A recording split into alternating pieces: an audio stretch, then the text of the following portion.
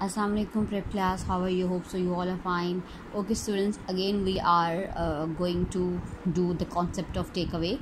Okay students, how many is this pizza? Yes, it's pizza, I know, it's yummy. So how many slices of pizzas are there? Count from here. 1 2 3 4 5 6 7 8. So we have 8 slices. It means 8 persons can eat.